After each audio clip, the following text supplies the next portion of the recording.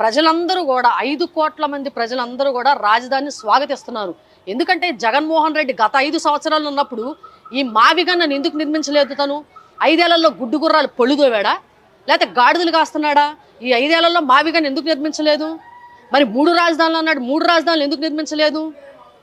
అంటే ఏకైక రాజధాని అమరావతి అని చెప్పి ఎందుకు మోసం చేశాడు ప్రజల్ని? అంటే నీ సైకో బాయ్ వచ్చి ఇటు ఎడ్డువంటే తెడ్డువంటారు, లేకపోతే నువ్వు నందిని చూపించిన పంది అంటారు, నీ వెనకమాల నడుస్తున్నారు. ఒక చిన్న పిల్లాడు గనక ఏడిస్తే బొమ్మిచ్చినట్టు ఏ విధంగా 5 కోట్ల మంది ప్రజల యొక్క భవిష్యత్తుని ఏ విధంగా ఆడుకుంటున్నారో మనం అందరం చూస్తున్నాం. ఈ సైకో బ్యాచ్కి నేను ఒక్కటే చెప్తున్నాను, రైతుల దగ్గర దాదాపు 33,000 ఎకరాలు తీసుకున్నారు. అవి ప్రైవేట్ కంపెనీలకి, ఏవైతే హాస్పిటల్స్ కానివ్వండి, బ్యాంకులు కానివ్వండి, ఇతర ఇండస్ట్రీస్ కానివ్వండి, ప్రైవేటు సంస్థలకి ఆ భూములు అనేవి విక్రయించి వాటి ద్వారా వచ్చేటువంటి డబ్బుతో రాజధానిని డెవలప్ చేస్తున్నారు.